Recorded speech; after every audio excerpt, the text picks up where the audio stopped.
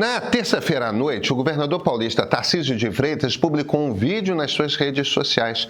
Pediu desculpas públicas pela piada que tinha feito. Enquanto pessoas morrem em São Paulo, ele dizia que ia se preocupar com bebidas contaminadas só quando chegasse a Coca-Cola. Afinal, o governador não bebe. Nessa quarta-feira de manhã, saiu a nova pesquisa Quest. A avaliação do governo Lula chegou ao mesmíssimo ponto em que estava em janeiro desse ano, com uma diferença importante. Em janeiro, a desaprovação vinha subindo, fazia 6 meses, e a aprovação caindo. Agora é o contrário. A reta está subindo. Se essa tendência continuar, Lula começará o ano eleitoral com mais gente aprovando o seu governo do que desaprovando.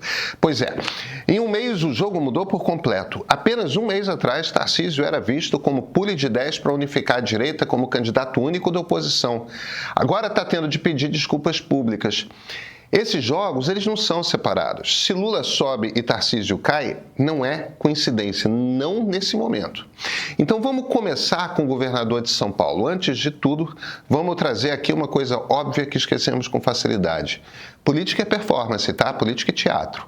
Lula, que é um dos políticos mais experientes do país, tem pelo menos domínio de 2 personagens. O Lulinha paz e amor e o Lula combatente dos trabalhadores. Ele usa esses personagens, sabe, de acordo com o momento.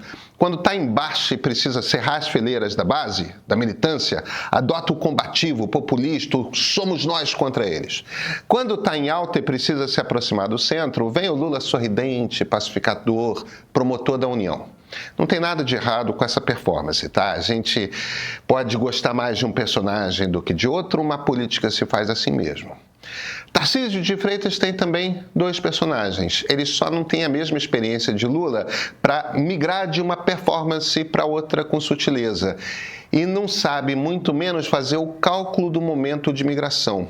Não estou dizendo que Lula vai de um personagem ao outro sempre no momento certo. É só que Tarcísio erra muito mais.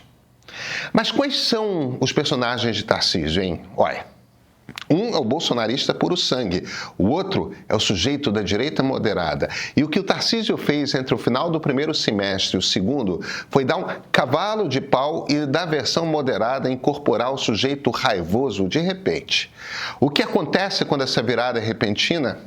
Parece artificial.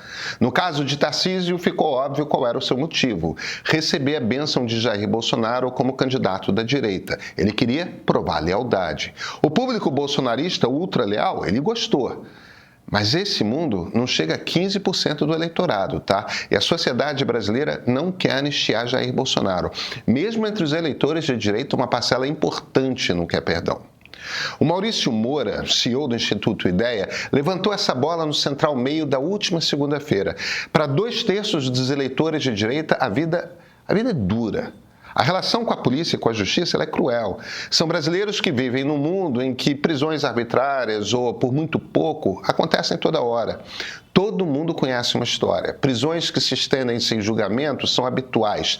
Se não é alguém da família, é um vizinho, irmão de um colega de trabalho, por aí vai. Bolsonaro teve os melhores advogados num julgamento televisionado. 1/3 da direita é bolsonarista, 2/3 não são. Aquele terço é mais rico, mais branco e teve acesso a mais educação do que os outros 2/3. A vida para o eleitor realmente bolsonarista é bastante mais fácil pelo simples fato de que eles pertencem à elite. Mas a maioria da direita não é assim e para ela Bolsonaro teve um tratamento muito melhor do que qualquer um dos seus teriam.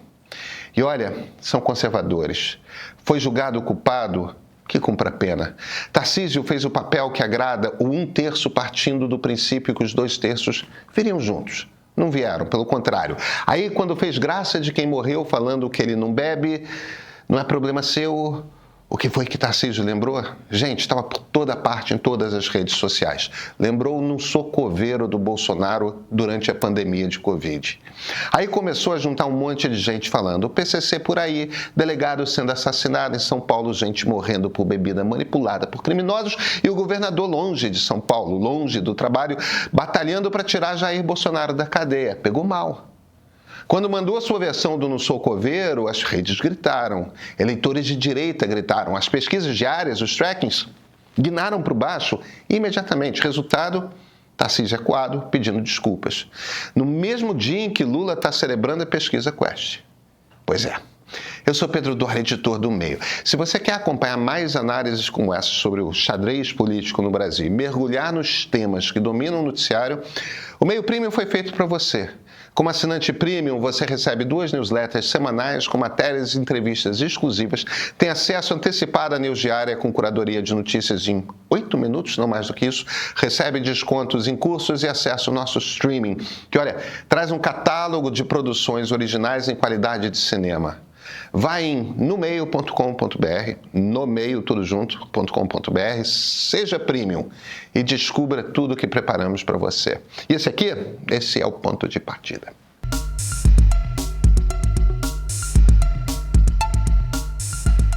Em números, assim, grosseiros, guarda aí na sua cabeça uma divisão do eleitorado que é mais ou menos assim. 35% vota na direita, 35% vota na esquerda e 30% fica ali no meio, no pêndulo. Desses 30%, 20% nem saem de casa para votar. Então, o que conta mesmo são os 10% de brasileiros capazes de votar tanto na direita quanto na esquerda. Não é exatamente assim, mas é mais ou menos assim. A lição desses números é a seguinte: quem está no centro não faz o seu presidente da República porque não tem tamanho. A gente está falando, afinal de contas, de 10% do eleitorado e só. Mas quem está no centro é quem decide o próximo presidente da República. Porque direita e esquerda tem tamanho, tem volume de eleitores. Então, para cada qual, um candidato do segundo turno é fácil. Mas a partir daí, são forças iguais. Quem desempata é quem não gosta de nenhum dos dois candidatos e vota naquele que lhe parece menos pior. Segundo a Quest que saiu hoje, 49% dos eleitores desaprovam Lula, 48% aprovam. Na margem de erro e sem empate, os números são iguais, meio a meio. E não importam. Os números que importam são outros. Onde mudou? Onde tem mudado nos últimos meses? Pois bem, entre os eleitores de esquerda, os números de aprovação de Lula são quase uma reta lá em cima, durante quase todo o primeiro semestre desse ano. Os números da desaprovação de Lula são também uma reta lá em cima para os eleitores de direita. Alguma surpresa? Nenhuma. Eles mudaram naqueles 30% de eleitores no centro. Regionalmente, Lula é aprovado no Nordeste e é reprovado no Sul, no Norte e no Centro-Oeste. Onde que a desaprovação está caindo e a aprovação subindo? No Sudeste. Onde vivem mais brasileiros. Onde a classe média baixa e periférica das grandes cidades vive. Lula é reprovado pelos jovens. Os jovens são de direita. É aprovado pelos velhos. Quem tem mais de 60 gosta de Lula. Onde a reta de aprovação cruzou a de desaprovação e se tornou dominante? Na faixa entre 35 e 59 anos. Nos brasileiros de meia idade. Nos brasileiros com filhos, batalhando para pagar as contas. Justamente na faixa que não tem tempo para bobagem. A vida é prática, é clara e se mede na quantidade de dinheiro que está no bolso. O ponto aqui, se não ficou claro, é que Lula está subindo nos lugares certos para ele. Ele está crescendo exatamente no núcleo de brasileiros cuja opinião importa, porque são eles que, preferindo outros, vão dar no segundo turno os votos decisivos. Sabe, o professor Marco Aurélio Rudiger, da FGV, falou uma coisa bastante interessante no Central Meio de hoje. Em 2018, o bolsonarismo era representado por Jair Bolsonaro nas eleições, mas olha, tinha de um lado Paulo Guedes e do outro Olavo de Carvalho. Eu sei que um bocado de gente não gosta de nenhum dos dois. Só que juntos, Guedes e Olavo davam uma história, davam uma visão de Brasil, um diagnóstico dos seus problemas e uma lista de soluções possíveis. Eles faziam com que Bolsonaro representasse uma coisa maior do que ele próprio. Hoje, qual é a pauta do bolsonarismo? É tirar da cadeia Jair Bolsonaro.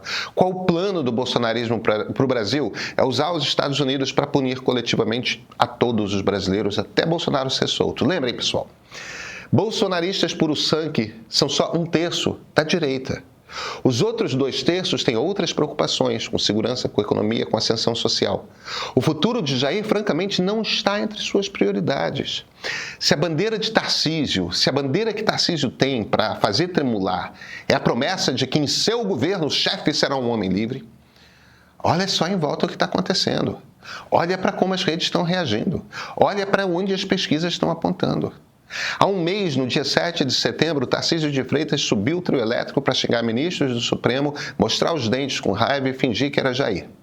No dia 8 de outubro, Tarcísio estava perante um celular gravando um vídeo no qual pedia desculpas por ter se comportado mal como governador. Claro, outro assunto. Estava falando de metanol, mas olha, uma coisa tem tudo a ver com a outra. Lula agradece.